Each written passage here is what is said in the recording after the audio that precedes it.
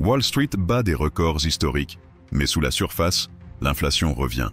Les taux obligataires s'envolent et les risques mondiaux se multiplient. L'Europe marche sur une corde raide. La croissance chinoise surprend, ou bien, et le Japon s'apprête à voter dans une élection qui pourrait tout bouleverser. Ce n'est pas une semaine comme les autres. Si tu investis ou que tu veux simplement comprendre, les signaux macro de cette semaine peuvent changer la donne. Ne passe pas à côté. Lance l'épisode complet maintenant. Sois en avance, avant que ça devienne la une. Bienvenue Sam. Alors, Wall Street, ça vole de record en record cette semaine. Les résultats d'entreprise sont là, ils tirent tout vers le haut. Oui, c'est assez spectaculaire, mais faut nuancer. Exactement. Parce qu'en même temps, on a cette inflation qui refait surface aux États-Unis, et puis les taux obligataires, Ils flirtent avec des niveaux qu'on n'avait pas vus depuis 2007. c'est ça. Le 30 ans qui touche les 5%, même brièvement. Donc une semaine de gains, oui, mais avec pas mal de tensions juste sous la surface. Bon, alors, notre mission aujourd'hui, on décortique tout ça.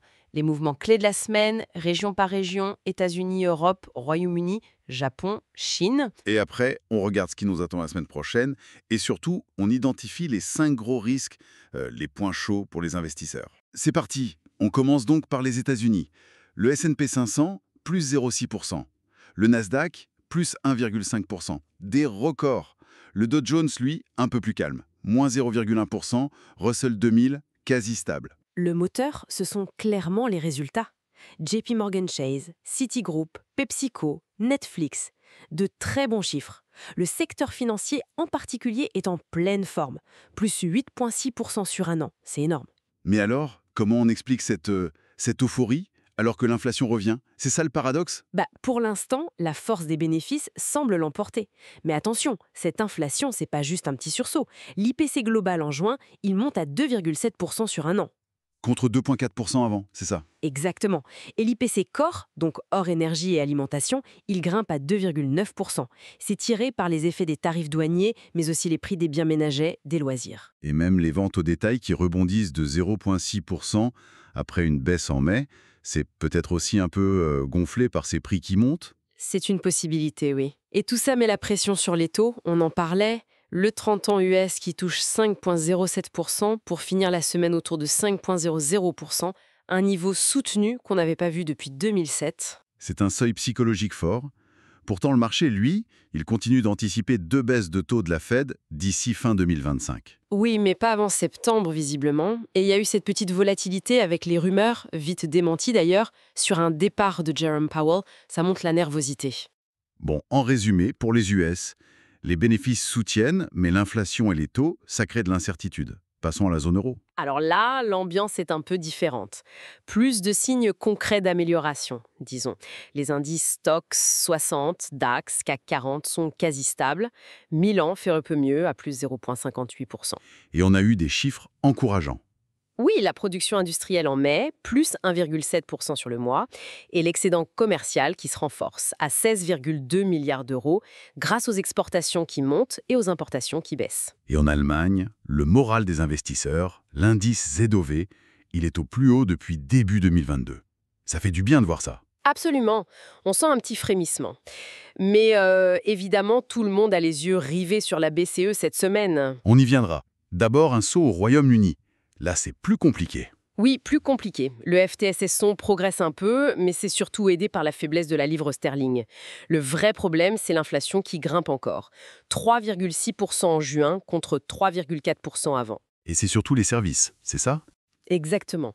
L'inflation des services reste bloquée à 4,7%, alors que le marché espérait une baisse. Et en plus, le chômage monte à 4,7%, le plus haut en 4 ans. Pourtant, les salaires restent élevés, non? Plus 5,0%.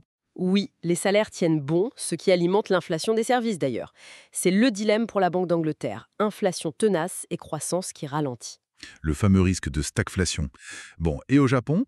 Au Japon, petite hausse du Nikkei et du Topix, mais le climat est dominé par l'incertitude politique. Les élections sénatoriales du 20 juillet pourraient fragiliser la coalition du Premier ministre Ishiba. Et l'économie?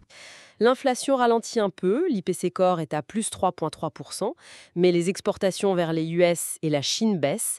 Et puis il y a ces nouvelles taxes américaines de 25% qui arrivent le 1er août. Ça crée des tensions commerciales. D'accord. On termine notre tour du monde en Chine. Là, les marchés ont plutôt bien réagi. Oui, nette hausse, CSI 300 plus 1,09%, Shanghai plus 0,69% et surtout le Hang Seng à plus 2,84%. La bonne nouvelle apparente, c'est le PIB du deuxième trimestre. Meilleur qu'attendu. Oui, plus 5,2% sur un an. C'est au-dessus des attentes, même si c'est un peu moins que les 5,4% du T1. Mais il faut vraiment regarder derrière ce chiffre. Le poids faible habituel, l'immobilier. Toujours. C'est persistant. Les prix continuent de baisser, les ventes résidentielles ont encore chuté de 12,6% sur un an en juin. Et puis, il y a la déflation à la production. Ah oui, l'IPP qui baisse depuis combien de temps déjà? 33 mois consécutifs. C'est un signe inquiétant de demande intérieure faible et ça menace vraiment la reprise sur la deuxième moitié de l'année. Merci pour ce panorama très clair. Alors, maintenant, projetons-nous. La semaine prochaine, quels sont les grands rendez-vous? Ce sera une semaine très macro et très banque centrale. Mardi, discours de Jerome Powell de la Fed, toujours très écouté. Très attendu, oui. Jeudi, c'est le jour J pour la BCE. Décision sur les taux et la conférence de presse qui suivra.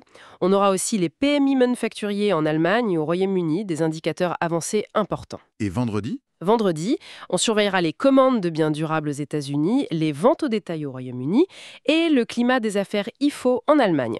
Beaucoup de choses pour évaluer la vigueur de la demande mondiale. D'accord. Et si on devait synthétiser les 5 risques majeurs qui planent sur les marchés actuellement? Les points à vraiment surveiller. Alors je dirais numéro 1, l'inflation américaine qui s'accroche. Ça met en jeu la crédibilité de la Fed et sa marge de manœuvre. Logique. 2. Le ton de la BCE, jeudi. Est-ce que les marchés jugeront son discours suffisamment accommodant, encourageant? C'est crucial pour l'Europe. Point 3. Les signaux de stagflation au Royaume-Uni. Si ça s'aggrave, ça devient vraiment préoccupant. D'accord. 4e risque. Au Japon, les conséquences politiques et fiscales des élections sénatoriales. L'incertitude politique n'est jamais bonne pour les marchés. Et enfin, le 5e. On revient à la Chine, la crise immobilière qui ne se résout pas et ses pressions déflationnistes persistantes. C'est un vrai frein potentiel pour toute l'économie mondiale. Très clair. Donc pour résumer, la semaine passée, 1. Des records en bourse, oui, tirés par les résultats, mais un tableau quand même assombri par ce retour de l'inflation et l'incertitude sur les taux. Exactement. Et la semaine prochaine s'annonce vraiment décisive, surtout avec la BCE et le discours de Powell. Ça pourrait donner le là pour les mois à venir. Absolument. Et pour finir, une petite question pour nourrir la réflexion. Au-delà des gros titres, l'inflation, les taux, quel signal plus discret cette semaine, peut-être cette divergence entre secteurs aux US ou la persistance de la déflation en Chine, pourrait en fait indiquer la prochaine grande inflexion des marchés. De quoi réfléchir? Une excellente question. Merci beaucoup pour cette analyse. Et à la semaine prochaine. À la semaine Vous prochaine. êtes encore là? Alors vous êtes des nôtres, ceux qui veulent vraiment comprendre les marchés. Si ça vous a fait réfléchir autrement, likez, partagez et abonnez-vous. Des marchés plus intelligents ont besoin d'esprits plus affûtés. Développons ça ensemble. Nouveaux épisodes IA chaque semaine. Et si ce podcast parlait de votre secteur? Imaginez ce niveau d'analyse propulsé par l'IA, mais adapté à votre entreprise.